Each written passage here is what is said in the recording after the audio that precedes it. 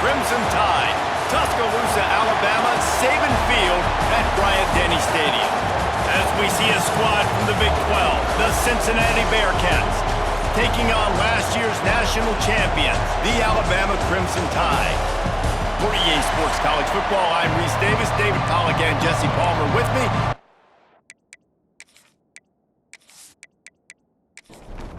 Alabama about to kick off to get things started.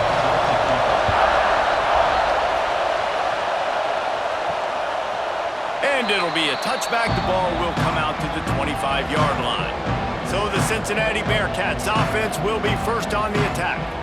Every team has impact players. What traits are you looking for when it comes to players who can make an impact, David? Well, obviously, you want the main things, right? Speed, physicality, all power, all those things are really, really good. But you also need guys that will hold people accountable, guys that will lead, and it's nice to have those guys on your team. They're the leaders of the team, and they're the best players.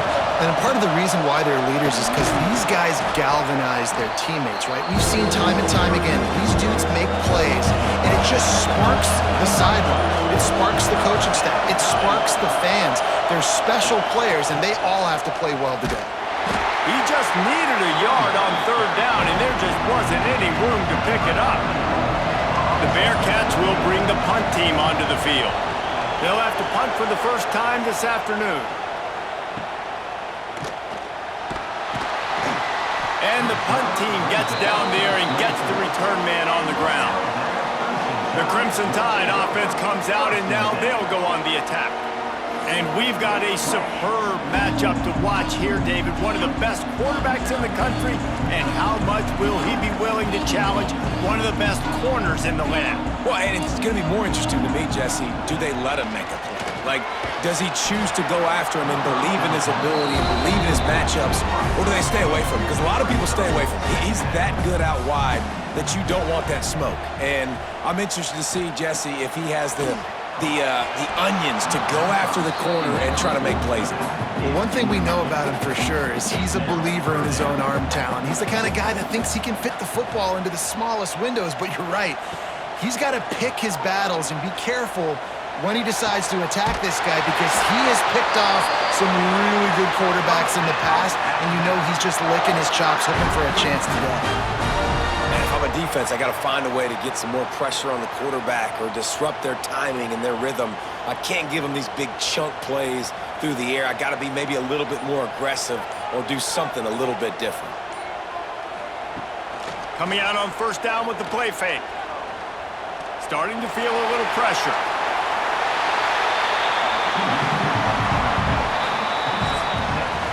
We've reached the end of the first quarter, and it has been a defensive battle, and the stats tell the tale so far.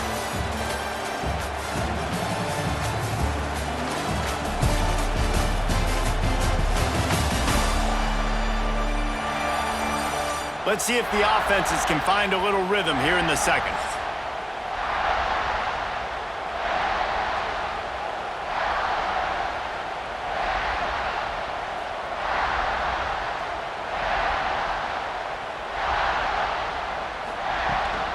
Out of the gun, the inside handoff to the running back.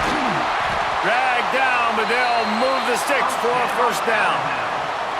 They moved the chains on the ground last time. Let's see if they try to hit him up top. Dropping back, it's Calandria. Makes the catch, it's Williams. Makes the tackle right at the 21-yard line. Pickup of 10 on the play, and this offense is threatening with a first down. And here comes play number 6 of the drive. Looking to throw on first down. Oh, they're after him. Under pressure, and down he goes at the 33. The pocket broke down, and the quarterback had to take the sack. Really impressed by this pass rush, Reese. Just guys winning their individual battles one-on-one up front. They're able to get to the quarterback.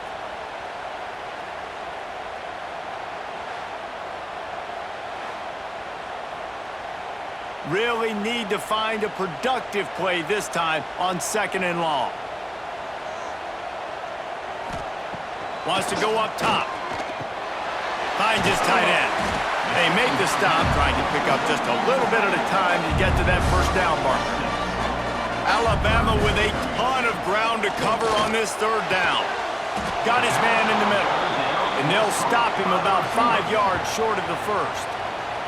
Timeout is called, and it's the defense wanting to make sure that everyone's on the same page for this big down. On fourth down, they'll pass for it. Fires into the end zone.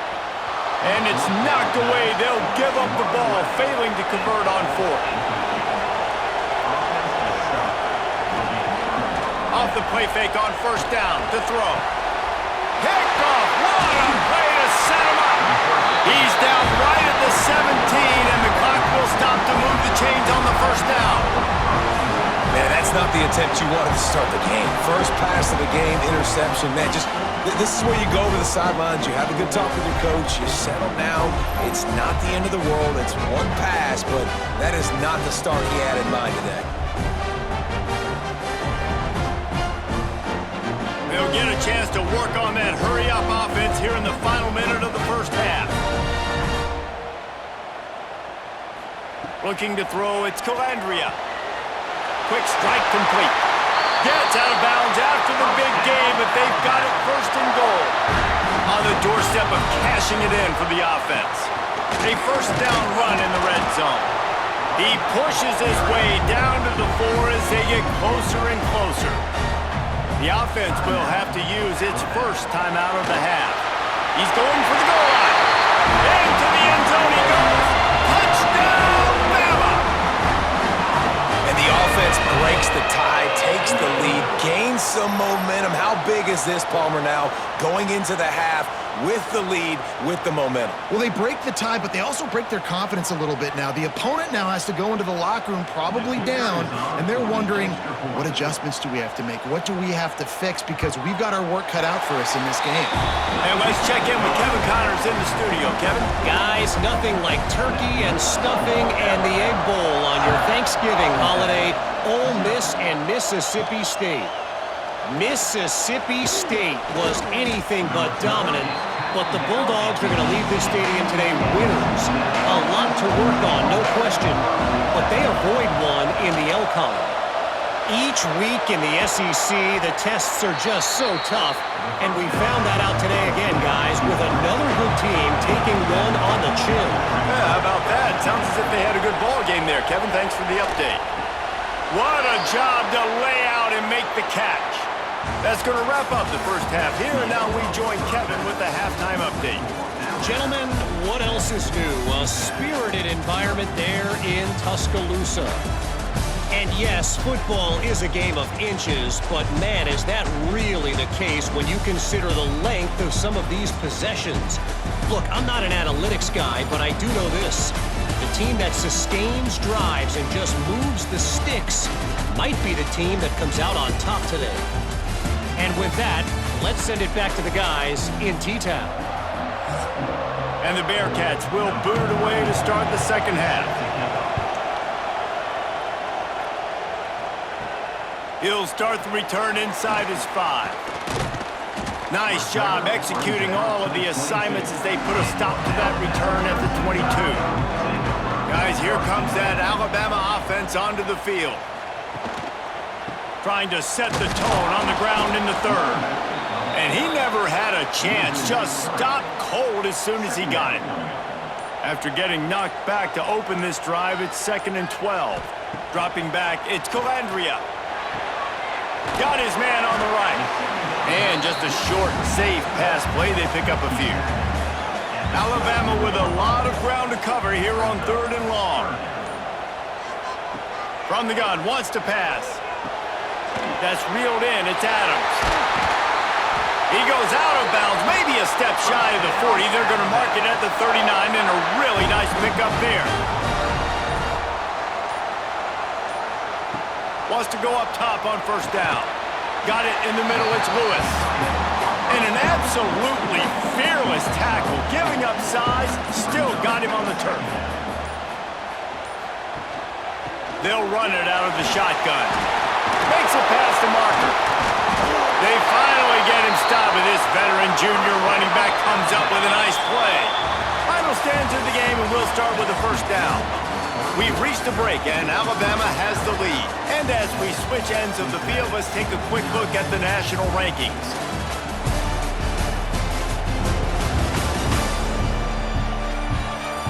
One more period to go to see who can make the winning plays and come home with the victory. Alabama with a first down play to start us off here in the fourth. They'll run the ball. The clock is on their side. And he was able to run through one tackle, but still only a modest gain. Timeout called here by the defense. It's their first of the half.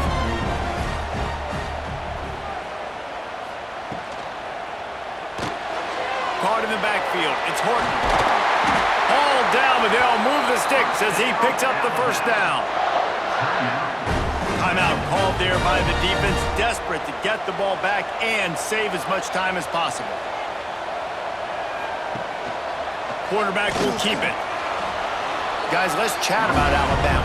A nice way to go into the postseason and eventually the offseason with a W, but the question is, will it be enough to keep the Wolves at bay? It's a great way to punctuate the season. You just have to wonder, though, if there were too many L's on the schedule to keep this guy around much. Yeah, I mean, it's the whole body of work, right? You finish strong, but what does everybody look at? Like, how many games do you win? Who do you beat is important, right? Do you beat your rivals? Like, there's so much more. Do you have the team's ears still? So there's a lot that goes into decision-making, but it was definitely a disappointing season. And now on fourth down, they will put it on the shoulders of the kicker to save them with his foot. It's good. He could have hit a string right in the middle of the uprights there. And that lead grows even bigger.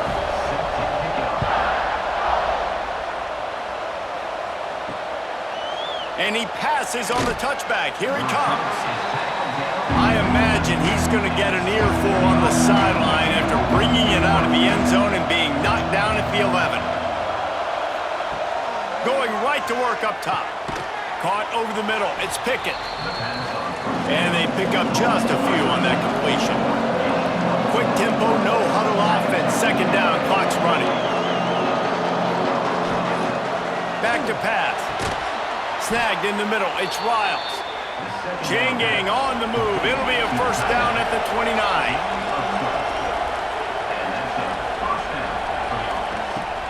Looking to throw on first down.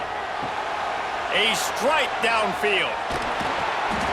They finally make the stop, and it's been this way this guy's whole career as a senior makes a play after the grab.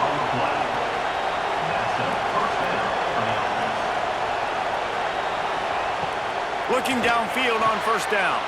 Catch in the middle, it's Pickett. They stop him at the 22, 15-yard pickup on the play, and a first down just outside the red zone.